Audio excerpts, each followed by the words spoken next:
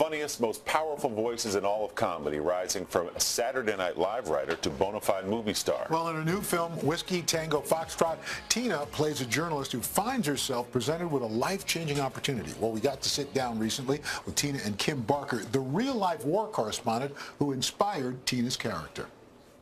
The network is stretched thin. All our talent is going there. We need people, any people, to fill the void in Afghanistan. And you folks here are all the unmarried, childless personnel in this bureau. For those of you who are behind the scenes, there are opportunities to be on camera. Kim, are you going to be joining in? The travel or the crying? Tina Fey, Kim Barker, good to see you guys. Good morning, guys. How are you? Okay, so we just saw that scene. So Tina, you're basically playing Kim aboard, stuck in the life of TV reporter. Yeah. What was this like when you read this book? And Yeah. you were it was described as kind of a Tina Fey character. Yeah, the New York Times review of books, described it as sort of a Tina Fey character. So I was like, I'm gonna read that book because I'm an idiot. And Kim was a print journalist for the Chicago Tribune, and the movie it's a broadcast journalist because it's easier to film, whatever. But yeah, you were working at the Tribune, and they literally did come into the office and be like, who here doesn't have kids and can go? No. I was trying to differentiate myself from all the other reporters, who could, I heard they wanted to send more women overseas.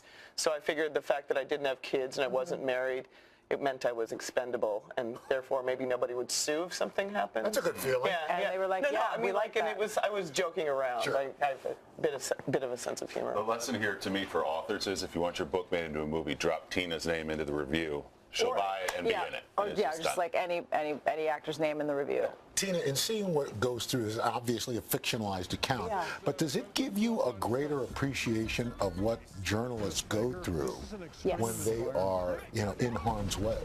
Yeah, I can't believe the stuff that you guys do, just to go on an embed with the Marines and to follow them around and try to get the story, but also not be in their way, not put them in danger.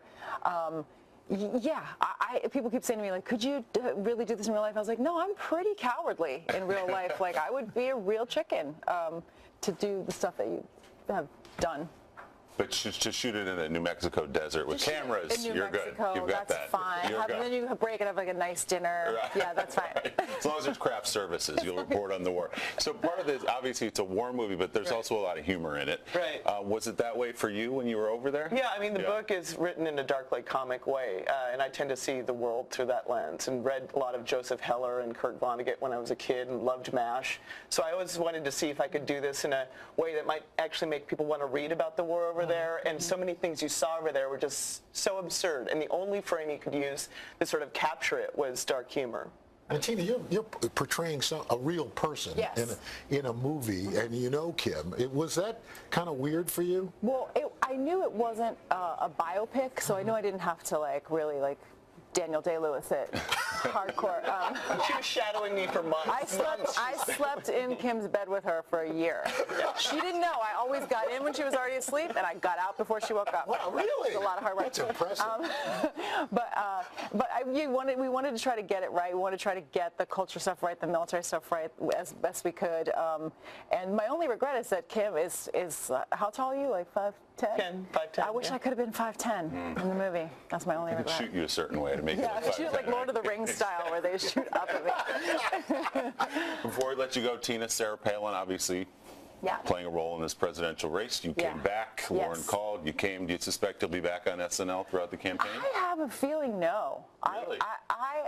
My gut was watching Donald Trump's face.